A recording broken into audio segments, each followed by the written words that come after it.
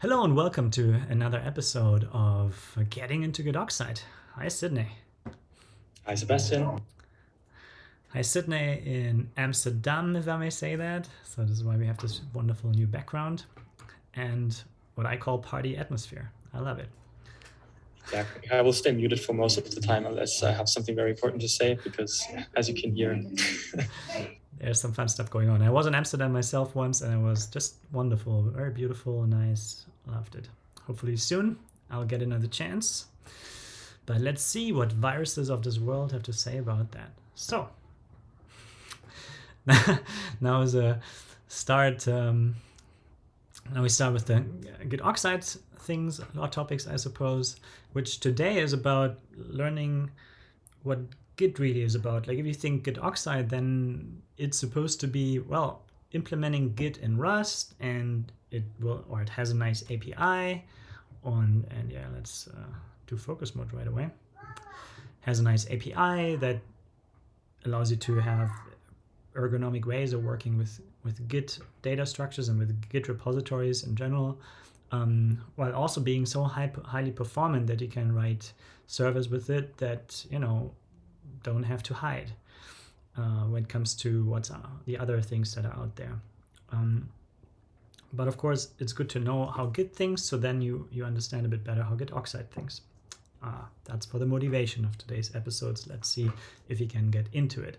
So you see today I got the terminal open here because we want to get into Git quite literally and have a look at what Git has for us. A lot. Okay, we'll make our video frame a bit smaller here. There we go. Maybe put it on the top right. Okay. Let's see if we can decipher what's here. So commit edit message, that's your last edit message that you typed in. So if you ever kind of fail to commit for some reason, you should find the things you typed there in here. Let's see what I typed the last time. I hope that's nothing strange if I show this here. Okay, clarify that we really need stable pack IDs. Okay, fair enough. That works. Then we have the git config. That's the git config file format, which looks a bit like, how does it look to you? like an ini file or like a TOML file, right? Yeah, ini, TOML. I always think of ini files, but that was before TOML. So I think for me, it's always kind of more ini than TOML. But ini it's an understatement. Like ini is nothing you would want to use for anything really.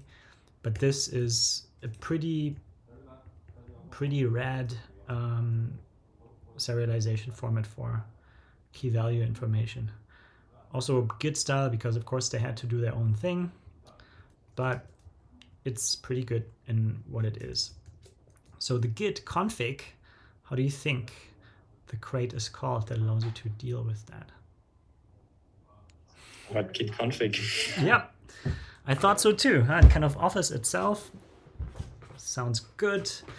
Yeah, so there you see everything is prefixed with git dash, and then ideally most of the time you can just append what you're interested in, and then you have the crate name. Most of the time, of course, there are exceptions because consistency is hard. So then we have the description. What's this? Unnamed repository. It is file to name the repository. Interesting. I actually don't really know where this is used so far. I have nothing that is interested in that. I think it might be interested for servers maybe who want to display some information based on that. If this happens, if I don't know what's going on, I usually just check it out. Let's see if they mention description somewhere. Ooh, let's make it like this. Yeah. See the reference in the description section to get started. Oh, interesting. So it seems to be not so obvious how they access this. Must be other than a string. Okay, but I would digress. It's probably in there somewhere. Yeah, it's definitely not important for daily operation. I know that much. Okay, then there's the fetch head. Yeah, you see, I kind of use a text editor all the time to open things. I think that's also very often the case with most items you find here in the Git database on your local clone, by the way. On the server, things can be a bit different, but for the most part, it's human readable. Okay, so this is it's a very special file actually. So the fetch head is written as you fetch information from the remote, and it has a special file format and it needs special parsing. It's something that Git Oxide doesn't yet deal with because there was no need, but eventually there might be, especially if you have to write that file yourself based on a fetch that actually happens, which also Git Oxide currently does not do. But it's used for certain things that might be related to merging, but I don't really know actually. I didn't look into it too much yet. But Git has a lot of strange things, or seemingly strange things that are a bit more intricate and that you don't usually get to deal with that much when you use Git. Okay, GC log. I don't know. Okay, I think that might be one of my own files that I dumped there at some point. So delete. That's not usually what's in the Git repository. Yeah, the head. The Git head. How does that look like to you? I mean, that's what it's currently pointing to, right? So this is basically your current version or your current, commit essentially. Yeah, this is what you currently have checked out because I have a non-bare working tree, and it's the entry point for Git when it wants to know what you're currently seeing locally. Then it looks into this file and it sees it's a ref to refs heads main. So if we look at this file, we see a hash, and if we cat this file, we see that this is a tree. No, sorry, it looks like a commit, and that's the bare form of it. So commit has a tree identified by a hash. It has a parent commit, so which commit was before us. Author committer information, in my case, a GPG signature, and then some commit message. So yes, this is how Git knows which commit we are currently seeing. And that's that, cool. Then we've got a bunch of hooks. And I don't use any hooks. Yeah, you can probably best describe how you use hooks usually. Just gotta remember, I mean, sometimes I remember for deploying on a server, if you do like custom stuff, you can kind of use these hooks to automatically check out a certain version and then do some things and basically auto deploy. Yeah, but other than that, I don't think I've ever really used them. That's interesting because you have used them on the server side. So as you push some code to the server will have a pre or a post commit, maybe. Post commit, yeah. A post pre-receive. Is there some post receive? Post update, maybe. You know, one of these post commits, post thingies probably do something, and then you can just run code based on some new commit and do things. I know it as pre-commit, for example, where you can force running tests. There's also pre-push, which is usually nicer. So only before you push something else where you're forcing yourself to kind of run the bare minimum of tests, at least to be sure you don't break anything, something like that. So quality assurance and probably a ton of additional things you can do with that. Yeah. FS monitor watchman.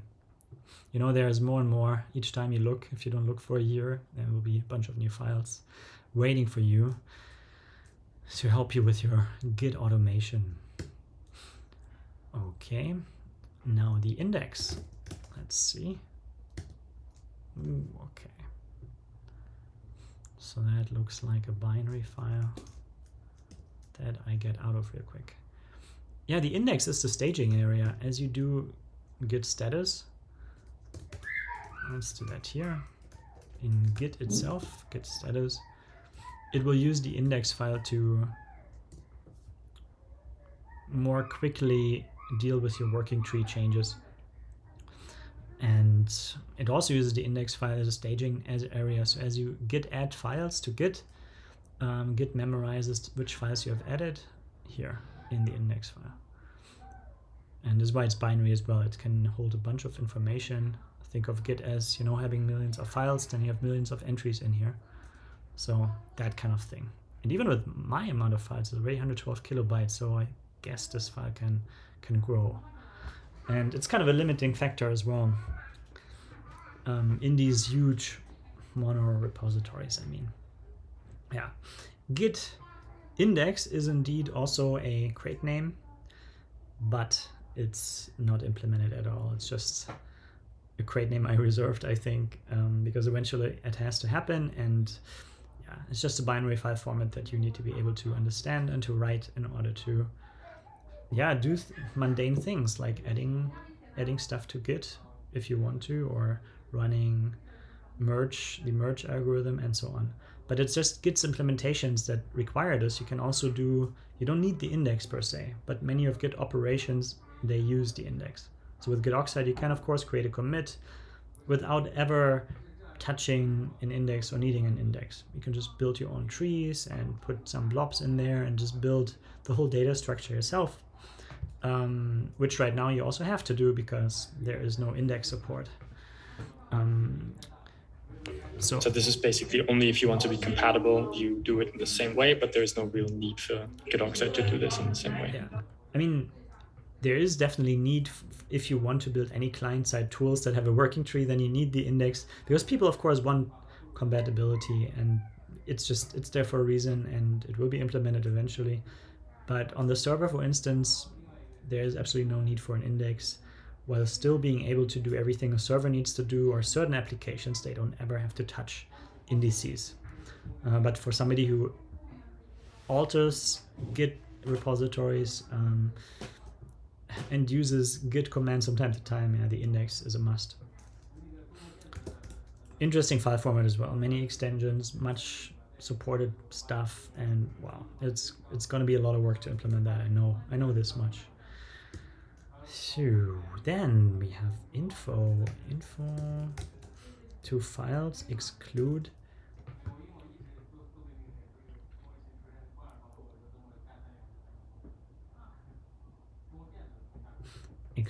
patterns.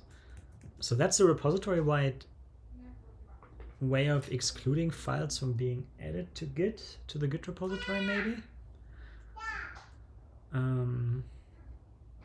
Could be. I actually never used that file. I use git ignore files, and I would have to look up. It looks a bit like a git ignore file, but maybe there is more. And git refs, info refs. This is an interesting one.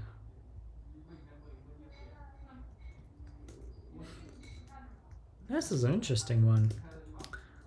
I don't know what that file is. It's new. Is this something I wrote maybe? 1st of November last written. So no, apparently this is something I did not write myself. Okay. I don't know what that file is.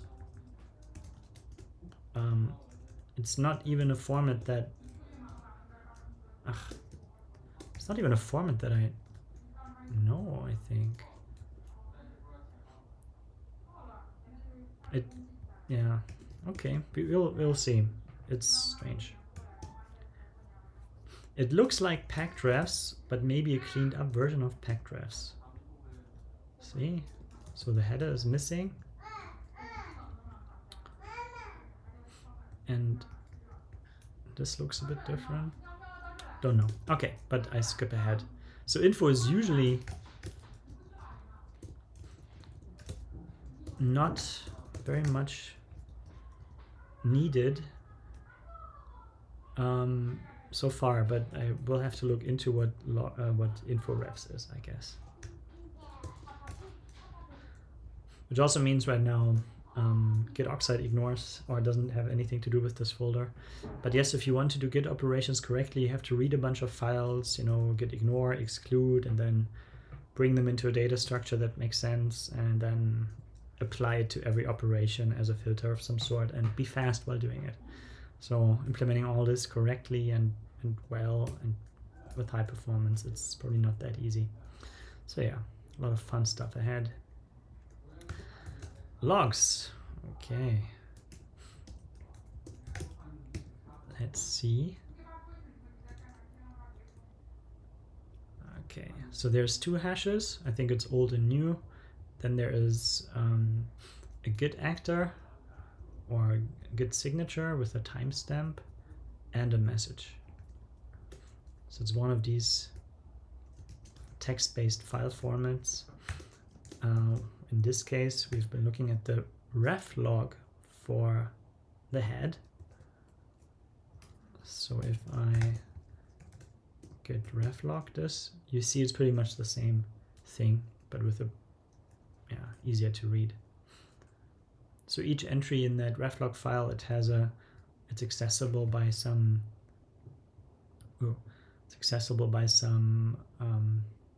special ref log way of writing things. How do you call that? Syntax. And this is how we can refer to older places where head pointed to at some point. So if you make some mistake and the head moves to somewhere where you don't know where you are anymore, and it's like, oh, how do I get back? How do I get my commit back? This is it. So head at 1 gives you the previous position of the head commit, for instance. And for each ref that you have a ref log entry. So I could probably do the same for main, and it would just give me ways to interact with main, with the ref log for main. Yeah, so it's just files by default. It's also interesting the way, let's go in here again. The way Git works is that it just drops a bunch of files somewhere, and I think initially not so much time was spent on whether it makes sense or not, or whether it could be prettier or more organized. Just, it's fine. What else do you need? Just a file, drop it, and you know what to do. And this is why there is logs that is actually for references. But there's also a folder that is called refs that is actually holding the references. So one would assume that refs logs is something that is closer to reality. But yeah. Maybe not. I don't know. That's just how it is. So, logs for previous known position of all references. Then, since it's kind of related, let's look at refs real quick. We also did that already. So you see each ref usually has a file there, or at least at some point had a file. And ultimately, they're either containing something like ref, then some ref name, or they have a hash of some object they're pointing to. It doesn't have to be a commit, by the way. It can be any object, but usually refs, they act as entry points to the commit graph, so usually they point at commits, or can also point at tags, tag objects. And since we were still talking about git refs, packed refs, that loose file that is lying around next to refs instead of inside of it, of course, but it's okay. It's probably for namespacing reasons. This one is also part of the ref database, and it's literally that. It's a more concise way of writing or remembering positions of references. And you can see there's 2 ways of writing this. There's just some branch and some ID of an object. But down here where there's the text, there's this other form where you have some ID and then another ID, which kind of says, yeah, this is for the thing above. That's how I read this caret. And yeah, without going too much into detail, I hope this is the peeled or the final destination. So this ref points to a tag object, and the tag object in turn points to the commit, which is this. So that you don't have to read the tag object first to know where it points to, it just stored here, because tags are immutable, right? So it can be written here and never has to change. This is why you would write that here as a cache, essentially. So git cat file, type this, you see it's a tag. And if you pretty print it, you see the content of it, which is, oh, it points to an object, not to a commit. So tags can point at anything, at other tags. So you can point tag to tag to tag, to commit, or to tree. If you want to remember a tree in particular, just a state, and you don't care about the commit, you can do that too. Type commit, that's the commit of the object you point to, then some tag specific information, which includes a message, the tagger, and potentially also signature if you want to sign the tag. And that's tag objects in packed refs. And now the question you probably want to ask, but if packed refs contains main and refs heads main is also present, like what's going to win? There's two places now where we have the refs, the main ref, for instance. I mean, maybe many more. Which one wins? What do you think? Just question, does it matter? I mean, they're pointing to the same thing, right? So I'm not entirely sure if there has to be a winner. And they're all okay. So you say it's a trick question, because obviously they're always kept in sync, these files. Okay, so 5829. Let's remember that. B60B. Okay, that unfortunately, no, actually, fortunately, that's not true. So, what do you think wins? Which one is more important? And I would say the if you call them loose refs in comparison to the packed refs, right? Then I think they will win because they're, I'm guessing, a lot easier to update. That's true, and that's exactly the motivation behind that as well. I mean, the motivation probably is not that at all. It's more like loose refs where they're first, then packed refs have been plugged on top, and that's why they're kind of the secondary storage for refs. And once you change a ref, it always goes to the loose refs, and packed refs is updated only on demand. However, if you delete a ref, think about it, I delete ref sets main, then it would still be there in packed refs, right? So in this case, I do have to update packed refs as well to actually make the deletion happen. And Git also removes ref logs then. So once you delete a ref, the log goes away, and then you're done. You don't remember anymore where the ref was, right? So it's kind of a shortcoming of ref logs because it can't keep track of deleted references. Okay, then what else do we have? Yeah, I dive into objects in a moment because now we are so nicely with refs here. The git ref creates deals with that. It implements the file-based ref database fully. So with git ref, the git ref crate, git ref, you can handle the ref store, which is file-based, so loose files, and packed refs as well, of course, and you can make changes to it in a transactional fashion, as transactional as individual files can be, that is. So it does it exactly as Git does, but I think it's a bit easier to actually use from Rust. All right. Oh, here. Okay, now oric head, what's this? Yeah, I think oric head is something that happens, that is set automatically before you do a merge or a pull of some sort.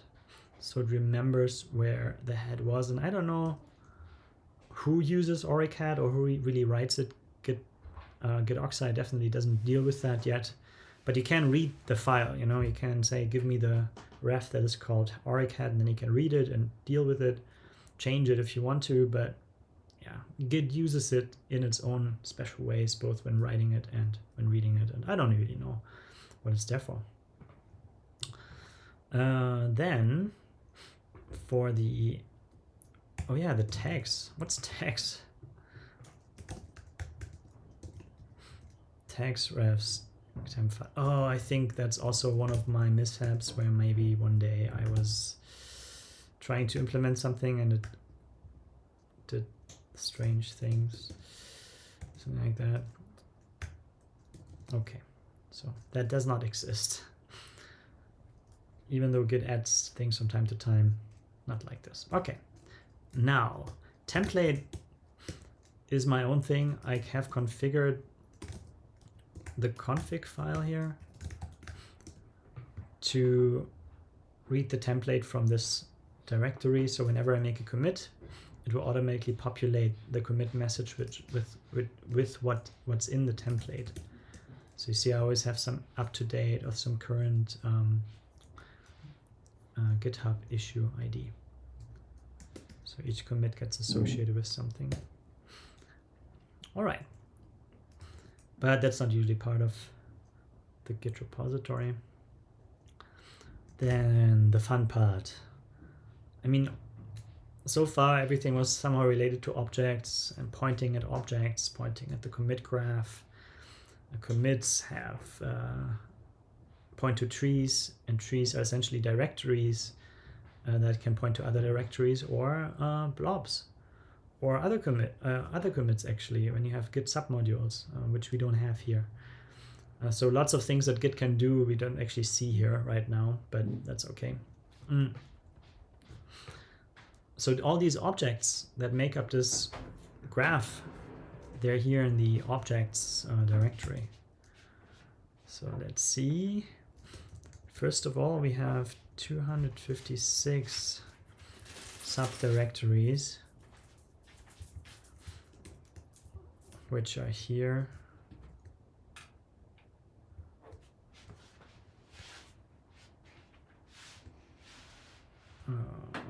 Okay.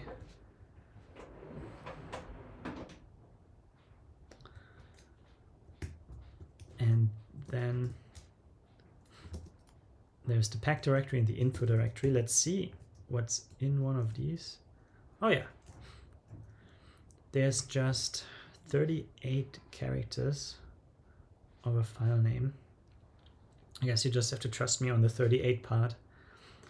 But I claim that the first two are FF. So the whole object ID is encoded in the directory as well as in the file name. So object IDs, they're made of 20 bytes, and hex encoded, that's 40 characters.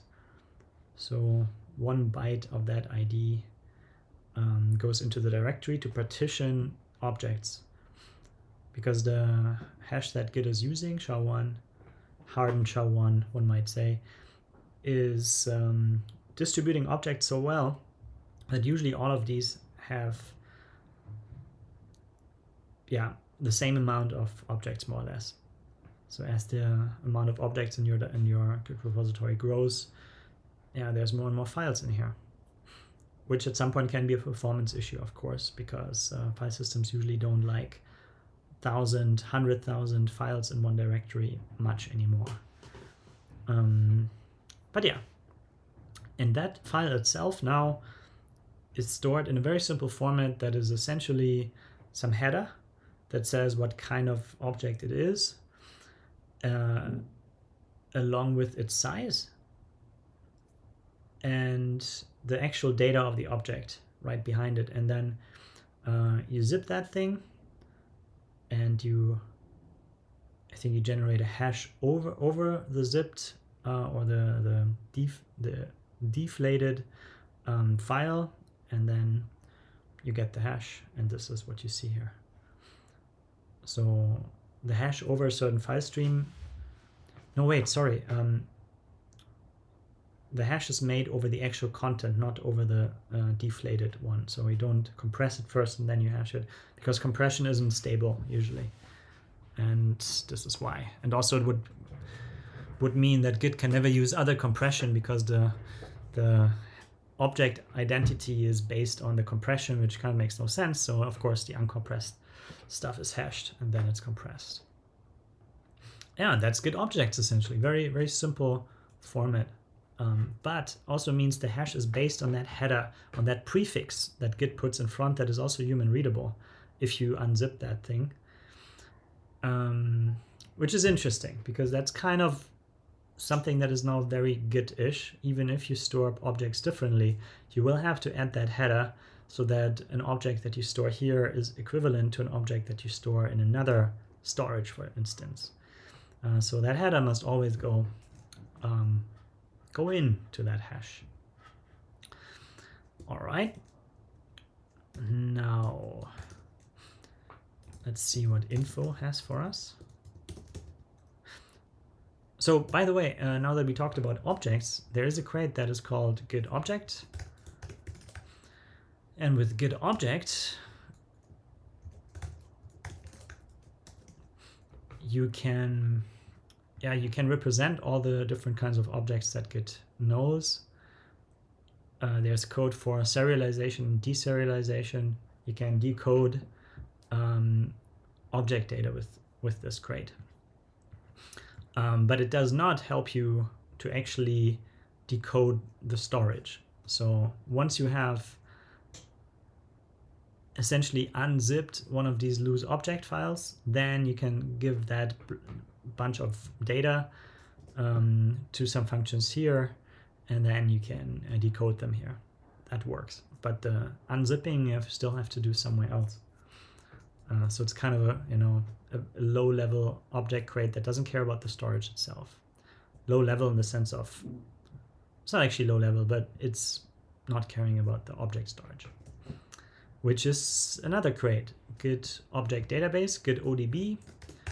Git ODB is exactly that. It has a way to read loose objects and also to read packed objects. Packed objects, which are stored in packs. And here I only have one pack, which is 11 megabyte pack, 1.4 megabyte of index. And pack files, they are a way to find objects quickly. That's what the index does. And to then read them quickly in a potentially highly compressed pack file. And these pack files at rest, they are very similar to the pack files that you get on the wire when you push and pull. So pack files, just a way to transmit and store objects. And yeah, the compression ratio of the Linux kernel, by the way, in a pack that I have is 1 to 90.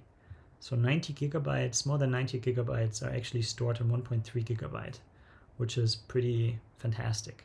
It's what Git does with its delta compression algorithm, and it's pretty neat. And you can imagine how terrible that would be to have 10 million objects in 256 directories. Not fun, not fast, and try to fetch or push something, try to clone from a server that has to then read 10 million files. So someone sent that over the wire, 90 gigabyte? No. So packs are essential to Git operation, are absolutely critical to GitHub working, for example. It's managing these right. That's what a server does all the time, and that's what to some extent you have to do locally as well. And that Git actually does for you automatically. If it detects more than 10,000 objects in your loose object directories, it will automatically start a packing process in the background and spawns that, and it will just run and do the thing while you can, just mind your own business, so to say. It really just does that for you, I think, even though you can configure that. But that's how important it is, because things can get a bit slow otherwise. On today's computers, though, less of an issue. You kind of don't notice this thing anymore when you have an SSD with microsecond access times and 8 gigabyte per second throughput. yeah, not exactly the whole story. Of course, it still has limits, but it's very fast I/O nowadays. That's packs, and you guessed it, packs are so important. They have their own crates. Git pack, because they're also kind of a complex data format and lots of things you can do with it. It's critical for packs to be handled in order to. So not very similar to Git object. It's its own, like really its own file format that doesn't really build on top of that. Yes. I was thinking, are they related in any way? We can actually check that. Let me open up the manifest here. So it does use something of Git object apparently, but I can tell you it's probably just some header related information, because we need this lose object header if you want to create a hash for an object in a pack as well. So I think this is why it uses that functionality. Give me a header for that object. This is what's needed from Git object, I think. That's why it uses this here. But anything else, unrelated, because it's very own file format. But ultimately, once you decode that highly compressed byte stream out of a pack, you get a byte buffer that you can throw into Git object, and it will decode it for you, and you can read who the committer is and what's the parent commit and parent commits and so forth. But all that, of course, is something that is governed by the Git object database. Yeah, that's an older version. I'm currently refactoring this, but there are some. Yeah, I'm totally refactoring this, so what you see here is kind of changed. But let's not look at this. It changed too much, and I don't want to explain something that I think is, something worth revising completely. Yeah, the right abstractions, you don't often find them the first time around. So there's still some refactoring going on in Git Oxide. Yeah, so that I think concludes the tour through a typical Git repository and how that relates to Git. That's all, really. That's Git. And then with that information, you can make new packs and push them somewhere. You can receive packs. Packs, by the way, you only push packs. And you've seen this pack index file that's actually derived from the pack, which is pretty cool because, yeah, the format is intricate and it's very smart of the format to be what it is, because that requirement of remember when you clone something, then you resolve a pack. Why? What's this resolving thing? And the resolving thing forces you to completely decode the entire pack and validate the data in there, so that only then you can actually derive the index. And without the index, a pack can't be used because you wouldn't find objects in it, or not at all quickly enough to, you wouldn't find it quickly enough. So index is needed, and you're forced to generate one because you don't send that over the wire, not using the standard Git protocol anyway.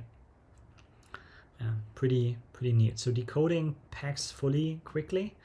That's, by the way, also something Git Oxide does very well, to the point where it's times faster by now than Git, because it just scales perfectly with your cores and has just the right acceleration data structure to be really efficient with that, in the sense that it really does not waste any cycle while being able to process things highly concurrently. So that's neat. Can I show that before we close? Verify. Pack verify. Now I have a big video window here. Let me make that smaller.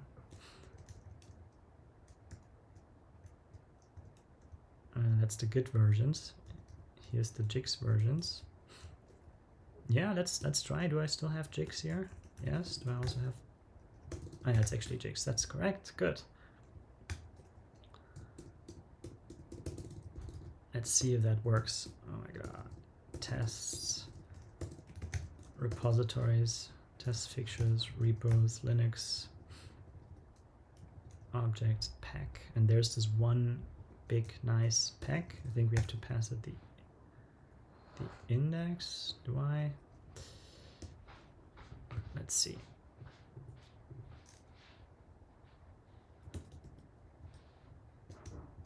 And can I also see some progress maybe?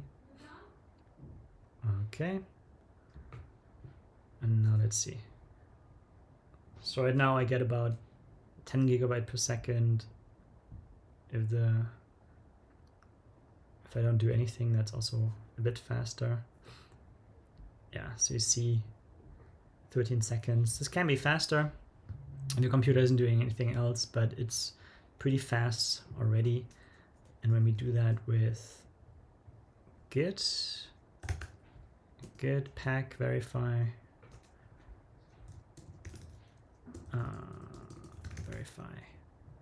I think this one. Yeah, we have to limit it. We have to only give it a certain amount of threads as well, because otherwise it will get worse because it doesn't scale so well with threads or with cores.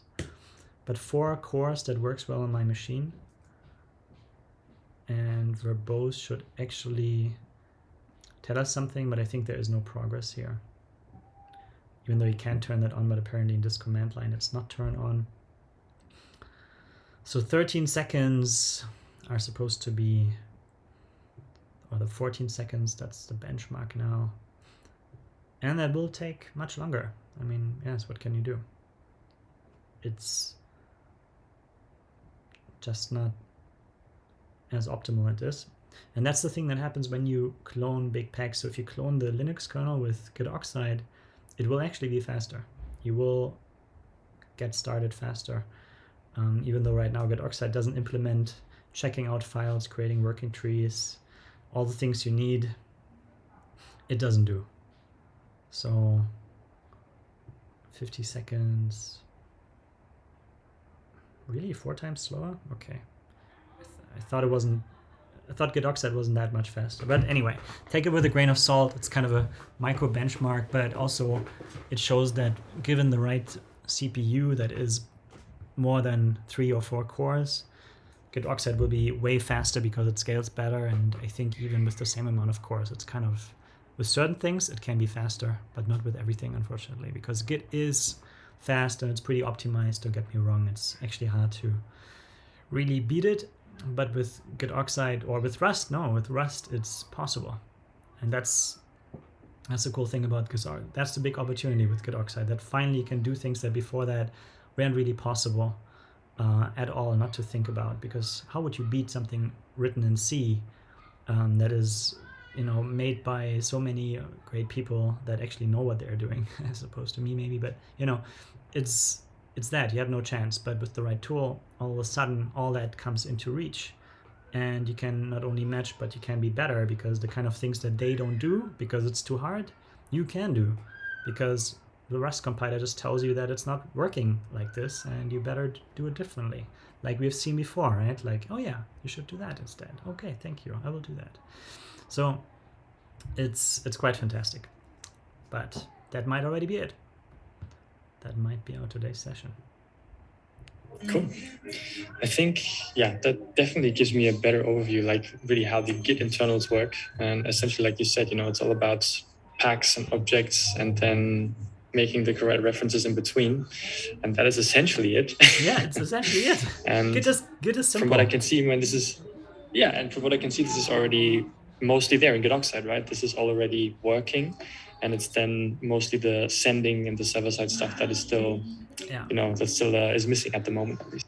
Yeah, there's, a bunch of things are there and making all the connections. Git ODB, Git ref is there, Git config is there, but there's still a bunch of work to make this one Git repository that feels like it wants to be used.